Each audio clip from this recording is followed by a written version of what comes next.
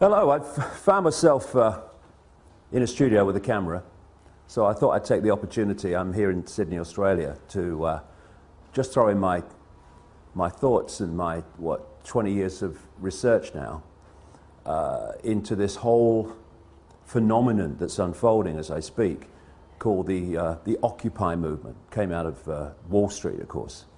And it's a great thing. It's fantastic that people are waking up to the point where they're saying, I'm a slave, and I ain't having it anymore. That's the great Rubicon that needs crossing so we can do something about this. The reason I'm just going to put this information out, people make of it what they will, is there's another agenda going on here too. And if the genuine response to this grotesque enslavement of humanity in terms of finance and in terms of so many other things is going to be challenged effectively, then people need to get streetwise to what this other agenda is. And also the fundamentals of what we're dealing with. So I'm going to take it in stages. First of all, the fundamentals of what we're dealing with. If anything is going to happen that's going to change this tyranny of global banking and global finance, then first of all, the way that money is created, or what passes for money is created, has to fundamentally change. If this doesn't change, nothing's going to change because the power doesn't move. There's no change in the power dynamic of money creation, because people don't realize this in vast, vast numbers, that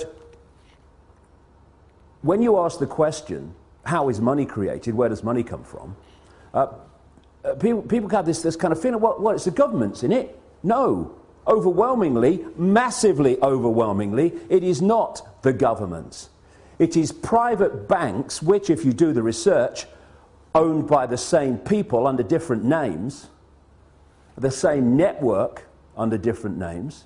Private banks are creating what we call money out of fresh, bloody air, and then charging us interest on it. And it works like this. If you go into a bank and you borrow $50,000, what does the bank do? Does it move precious metal anywhere? I mean, what does it do? What it does is it types into your account $50,000.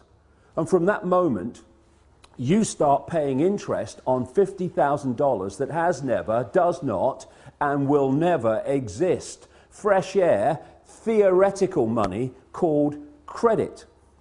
This has been allowed to happen because, again, when you do the research, the same networks that control governments and therefore pass legislation to do with banking are the same networks that control the banks and the banking system. Therefore, laws have been passed called fractional reserve lending that allow banks to lend at least, and my goodness, it's at least 10 times what they have on deposit. So when you put $1 in a bank, that bank can now lend 9/10 that it does not have. Fresh air, figures on a screen. Not only that, you borrow $50,000 from a bank. What does it do? It types into your account $50,000. Okay, now you're paying interest on it. But you take $10,000 and you say, I'm going to buy that car, and you give $10,000 to the guy who owns the car to buy the car off him.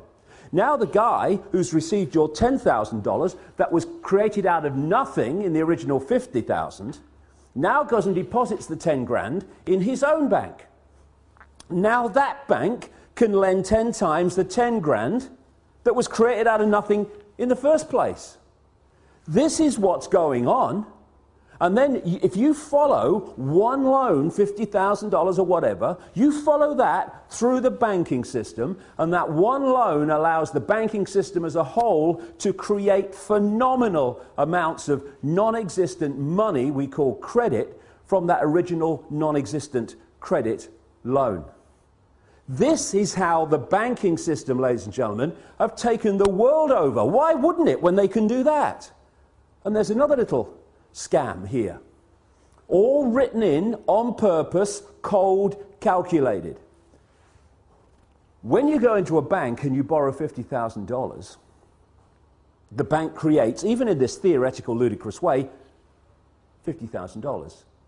But you're not paying back $50,000, you're paying back $50,000 plus interest. The interest is never created, even as credit, which means a simple fact. At any point in time, coldly calculated, designed to be, there is never anything like enough units of exchange, money, in circulation to pay back all the principal on the debt and all the interest on the outstanding debt. Therefore, people losing their homes, losing their businesses, losing goodness knows what else that they've worked for, is built into the system. Now, when you have a boom and there's an expansion of this non-existent, ludicrous money called credit, then Peter pays Paul hides to a large extent the fact that we're in this situation where the outstanding debt cannot be paid back or even nearly paid back plus interest because there isn't the units exchange to do it. But when you go into a recession or a depression and there is a contraction of those ludicrous units of exchange in circulation, then it becomes blatantly obvious that there's not enough units of exchange to pay back all the interest on the debt and all the principal, and that's why you get this explosion, which we've got now, of people losing their homes, losing their businesses, losing their land, their farms, etc. And all these tent cities that are appearing around the world. And so we have a system where the private banks, in the end controlled by the same network, not least around the house of Rothschild and others, the Rockefellers too, in America, have been given this level of power to create money and dictate completely, beyond governments, global finance. And that's why they're able to create booms and busts at will. That's why when they want to create a bust and a depression, which they have now, what do? They refuse to issue the same amounts of ludicrous credit units of exchange. And what do we call it? Oh, the banks have got a credit crunch. A credit crunch, what's that? It's suppressing the amount of money in circulation, so by definition creating this situation we're in. The whole money system has been designed from its creation to be a system of human enslavement and human control and human suppression. So first of all, any occupying protests around the world on the agenda has to be the end of private banks being able to create money out of fresh air on a computer screen and charge interest on it. Now here's a question. Why are governments, they're the government after all, don't they make the laws? I heard somewhere they did. Why are they not creating their own currency interest-free and circulating it interest-free? Therefore, it does the job it's supposed to do, which is to be a unit of exchange to overcome the limitations of barter. Why? I've said it already. Because the same networks that control the banks control the governments. And so the governments do not pass legislation saying, well, what are we borrowing fresh air money from the banks for, plus interest, and making the people have to pay in taxation all that stuff back?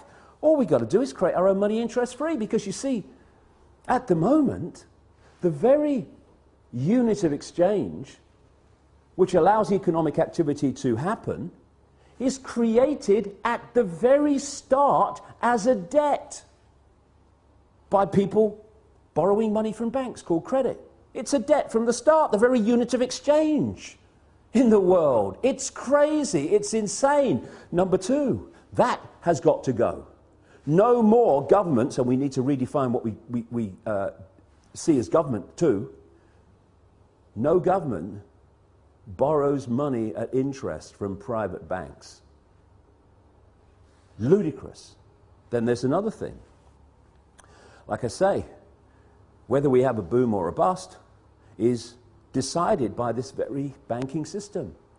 because they have what they call an economic cycle. It's total corruption and total manipulation. First of all, they put lots of units of exchange out, credit. Oh, you know, you earn 2 and 6 a week? Okay, have this £500,000 house. Yes, here's the money, take it. And they put lots of units of exchange in circulation. And there's a boom, manufactured, and when people are in a boom and they get confident about their jobs, they go into more debt, bigger house, bigger car, all the rest of it.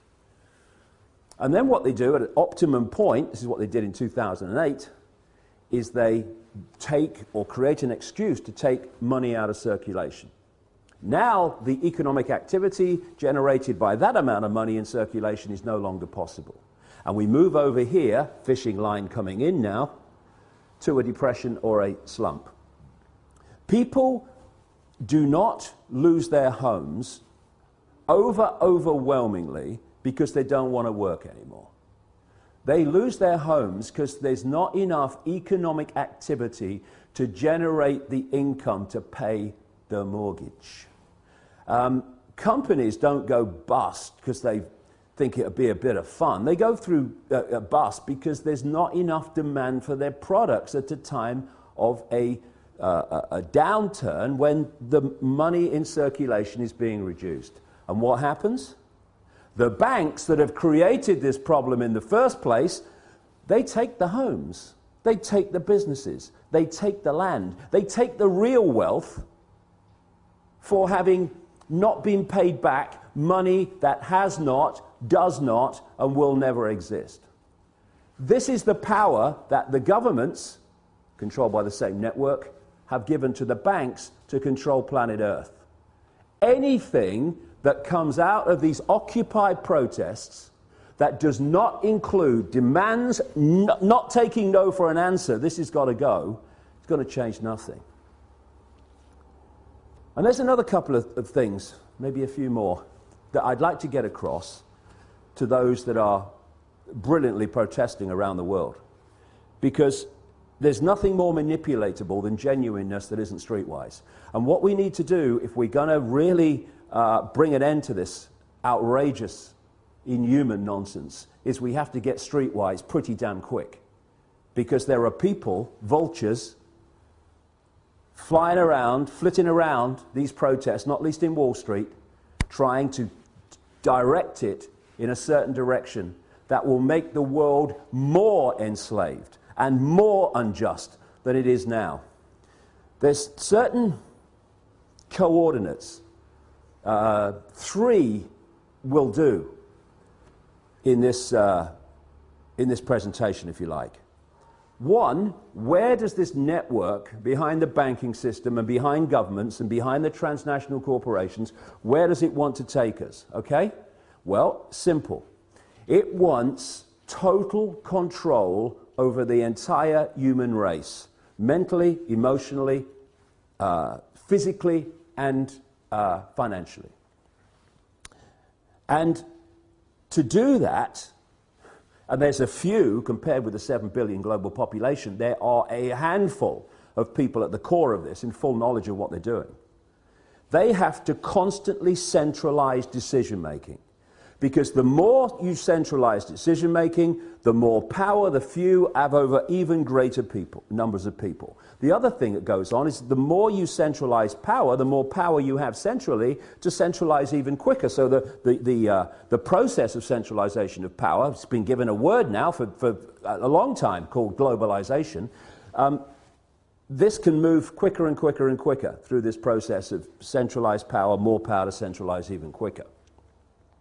What they want to create, I've been writing about this now for nearly 20 years, is they want a world government that would dictate all laws, apart from a few local things. All the major laws will be dictated by this world government, just as the European Union dictatorship now dictates something like 75% of the laws that are passed in Britain. They want a world government then that would dictate to everybody on the planet. They want a world central bank that would dictate all global finance to every what is now countries, though they want to break them up into regions. They want a world army to impose the will of the world government on anyone that doesn't want to accept it. That's what NATO is now. You know, when they're justifying bombing whole cities of civilians on the pretext of protecting civilians, and they say the world community has decided, and we have GH, and the international, that's code for world government. And when they then say, we're going to bring NATO in because the world community has decided, no, actually, America, Britain, France, and one or two others have bloody decided, and Israel. They are talking about NATO as a world army. The idea of this structure, where they want to take us, is to have a world government that says, these people, or this group, or this, what is now a country, is not accepting our diktats, send the boys in. And that's what we've seen in Libya. That's what they're trying to bring in Syria. That's what we're seeing increasingly around the world. The international community has decided, send the boys in. NATO, de facto world army.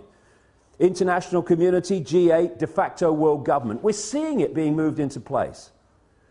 They want a world single electronic currency that would replace all other currencies. No more cash. So now you go into a shop or something, you hand over electronic money, a credit card. The computer says, no, won't accept your card. You least now, still, although it's going out of circulation at an extraordinary rate, you can still say, okay, I'll pay cash. What about when there's no cash and that computer says no to your credit card or your microchip as it's designed to be eventually? That's deciding if you purchase or not. It's all about control. And so they want this world currency, and that's what we're seeing in Europe now. People say, oh, the euro's not working. Look. No, it's not. And you know why? Because it's not supposed to work. It's just a stepping stone. You had all those currencies in Europe, in Italy, in France, all these different currencies. They wanted on the process of getting to this world currency to get rid of them. So they replaced them all, nearly all of them anyway, with the euro. Now all those currencies, in one fell swoop, gone. Now we're down to one in Europe, in most countries, the euro. So now what do? They want to make the euro not work as the next stage of getting more and more into this, towards this one world currency. So, another thing to mark the card for anyone involved in these Occupy protests, if any suggestion comes along that we should go to some form of world government, or to, and they're even talking about it now, to a world central bank and all this stuff, no, no, no. Listen, it's centralization of power in this world that has got us into this mess. If you have diversity of decision-making, there's so many points of decision-making, no cabal at the center can dictate that or manipulate that on anything like the scale that it can when you have centralization of power. So we've got the European Union, we've got which is a fascist dictatorship or communist dictatorship, whichever we want to call it. We've got this single currency and all the rest of it, all this economic disaster in Europe, all manipulated on purpose, as it is in America and elsewhere. And I'm seeing people say, well, the answer to all the problems caused by this constant centralization of power, we need more centralization of power. Let's go to a world level now. And yet, as I've shown in my books for 20 years, this is exactly what the plan has been all along. And if we're not very, very careful, many of the Occupy protesters are going to be manipulated, unless they get streetwise about the game and how it's played. They are going to get manipulated into accepting, even demanding, a solution to a problem that is going to make the problem even worse and the enslavement of humanity even more extreme.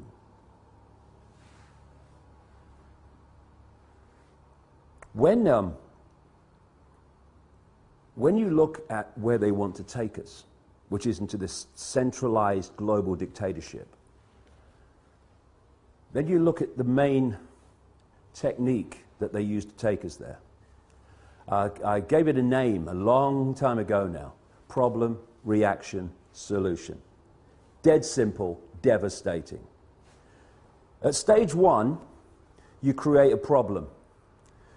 You blame someone or something else for it to hide the fact that you're really behind it. You then, through an unquestioning and pathetic media, tell the people the version of the problem you want them to believe. What you want at stage two is the reaction to the problem from the people. Fear, outrage, something must be done. It could be a war, it could be a terrorist attack, like the Mossad American intelligence operation known as 9/11. It could be an economic collapse, whatever. Whatever problem you need to be allowed you to go to stage 3 of problem, reaction, solution, which is to offer the solutions to the problems you have covertly created and blame someone or something else for it. And those solutions are constantly advancing your agenda to this centralized global dictatorship that I'm talking about. So when you crash the global economy, and when you're moving trillions and trillions of dollars around the world economy every day, as this network is, you decide if it goes up or down. Nobody else does, you do. And therefore, you can create an economic collapse at will. That's what they did in 2008, and they've gone on with it since. And the idea is that problem is then offered a solution. And people like the Rothschild-controlled bagman and billionaire George Soros, one of the major funders, by the way, into existence of MoveOn.org, which is trying to move in, this Democratic Party-owned, cabal-owned operation, moving in on the Wall Street protests and stuff like that. You can then offer the solutions that Soros and others are offering, which are what? To solve this economic global crash, we need a world central bank. Stands back in amazement. I'm shocked. Knock me down with a feather and I shall swoon. It's so blatant, it's so callable, it's an open book once you do the research and you realize where this is going. And so, it's so vital as we've reached this point, this cusp where so many people have gone through or are going through this process now, where they're saying, I'm a slave and I'm not having it. And then they go to the next stage, which is what we're starting to see. It's so important that they don't allow themselves to be pawns, genuine pawns, unknowing pawns, but pawns all the same, in a manipulation that then takes us on to the next stage of an even greater financial and human enslavement than we've had up to this point.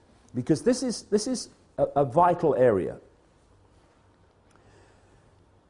It's vital not to get focused and obsessed with corporations and banks and all that stuff.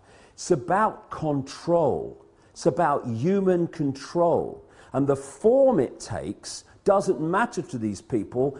They just want the form that brings most control. Now, in the process of doing this, they've reached a point where the control has been going on through a banking system, private banking system, controlled by these families and their networks, and through corporations controlled by the same families and these networks. I mean, I keep seeing people say, we must have an end to capitalism. We don't have capitalism. We have cartelism. It's like J.D. Rockefeller said, competition is a sin.